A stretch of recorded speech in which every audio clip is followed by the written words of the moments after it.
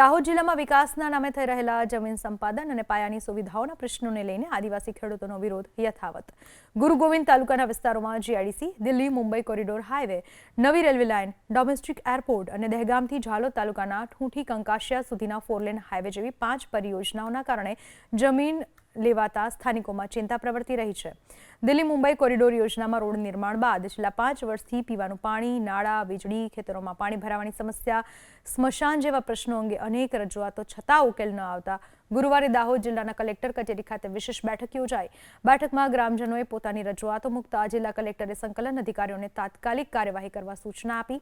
ધારાસભ્ય મહેશભાઈ ભુરિયા અને કલેક્ટરે તમામ સમસ્યાઓનું જલ્દી નિરાકરણ આવશે તેવી ગ્રામજનોને ખાતરી આપી। જે 14 ગામના અસરગ્રસ્ત લોકો જે કોરિડોરમાં જે મૂળ પાયાની સુવિધાઓ જે દુર્લભ થઈ ગઈ હતી અને વારંવાર રજૂઆત કરવા છતાં આ તંત્ર અને આ સરકારે લોકોની વાત સાંભળી ન હતી।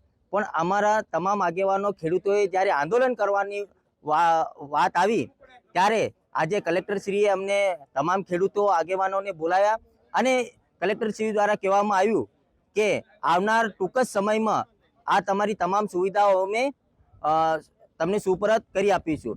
સાથે જ બીજો એક મુદ્દો હતો અમારો એરપોર્ટનો, જેમાં અમારા ખેડૂત આગેવાનો દ્વારા રજૂઆત કરવામાં આવી હતી કે જે એરપોર્ટમાં જે જમીન સંપાદન થઈ એ સરકારી પડતર જ માત્ર થઈ, પણ ખેડૂતોની જે પોતાની જે સર્વે નંબરો હતા એમાં પણ સંપાદન થયું હતું। આજે માનનીય કલેક્ટરશ્રીએ અમને આશ્વાસન આપ્યું છે કે એરપોર્ટની જમીન જે જશે એ માત્ર સરકારી પડતર જ જશે, કોઈ પણનો સર્વે નંબર લેવામાં આવશે નહીં।